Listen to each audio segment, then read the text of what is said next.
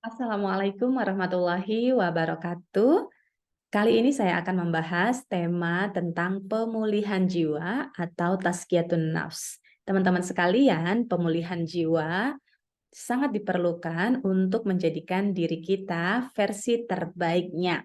Ya, di dalam sebuah hadis Rasulullah menyampaikan bahwa di dalam tubuh kita terdapat segumpal daging yang apabila kondisi daging itu baik, maka baiklah seluruhnya. Sebaliknya, ketika kondisi daging tersebut buruk, sakit, maka sakitlah seluruhnya. Yang dimaksud dengan daging itu adalah kondisi hati kita. Teman-teman sekalian, artinya hati kita memiliki peranan yang sangat besar terhadap seluruh aspek kehidupan kita. Apakah itu kondisi fisik, kondisi emosi, pola pikir, perilaku maupun akhlak kita dan bagaimana kita menjalin relasi dengan orang-orang di sekeliling kita, termasuk juga akan mempengaruhi hasil-hasil yang kita peroleh dalam kehidupan ini. Teman-teman sekalian, ada kalanya ya, rencana Allah itu membuat kita berhadapan dengan peristiwa ataupun kejadian yang menyakitkan. Ya, tidak ada lain, pasti Allah berencana baik buat kita. Kadangkala kita dipertemukan dengan peristiwa yang memicu atau men-trigger munculnya emosi-emosi negatif dalam diri kita.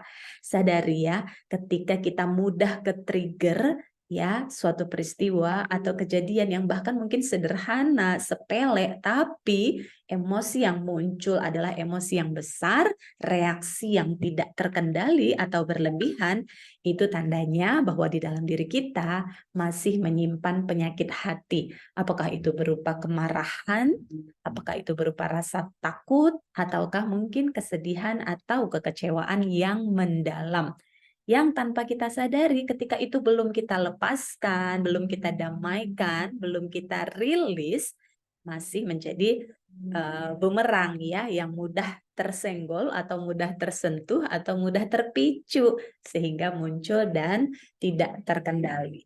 Tentu saja efeknya tidak baik buat diri kita sendiri dan juga tidak baik buat relasi kita ya karena kalau kita sumbu pendek katanya begitu ya ketika mudah sensitif, mudah tersinggung, mudah marah, mudah meledak-meledak, tentu saja ini membuat tidak nyaman orang-orang di sekitar kita.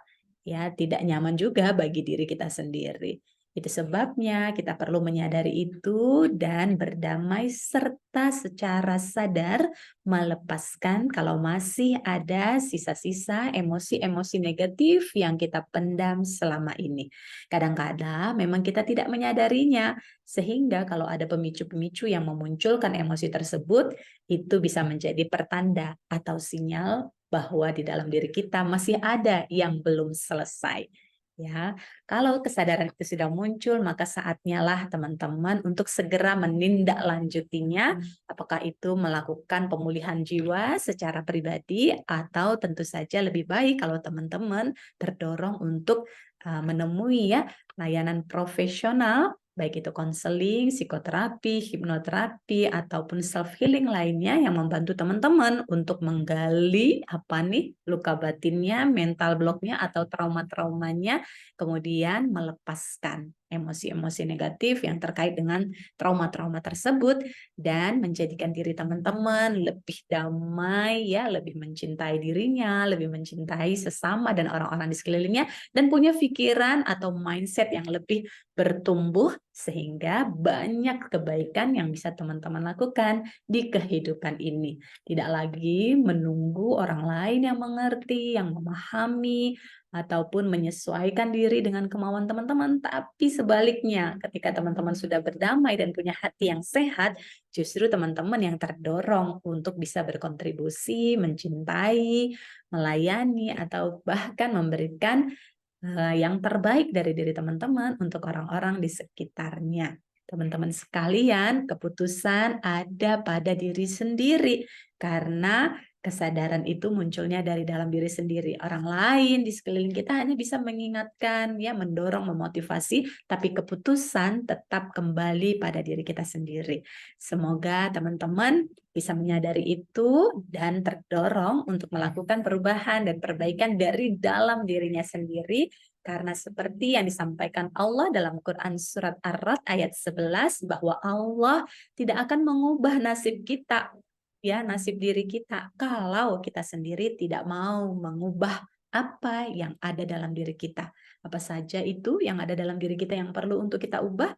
Yang pertama adalah tentu saja pikiran kita, pola pikir kita, cara pandang kita, mindset kita dalam menilai diri sendiri, menilai Allah maupun menilai orang-orang di sekitar kita. Yang kedua adalah perasaan kita. Ini kolbu tadi, hati tadi. Bagaimana kita mengubah kondisi hati kita yang tadinya sakit diubah menjadi sehat. Ya, kita lepasin, kita bersihkan semua penyakit-penyakit hati yang tanpa sadar masih tersimpan dalam hati kita. Sehingga kita memiliki hati yang penuh cinta, penuh kasih sayang, damai, bahagia maupun optimis. Kemudian tentu saja yang diubah juga yang ketiga adalah perilaku kita, akhlak kita, dan khususnya cara kita merespon segala peristiwa yang ada. Semakin baik kondisi itu, maka insya Allah hal-hal di luar diri kita, kondisi di luar diri kita, hasil yang akan kita peroleh juga akan semakin baik, semakin menyejukkan, semakin sukses, bahagia.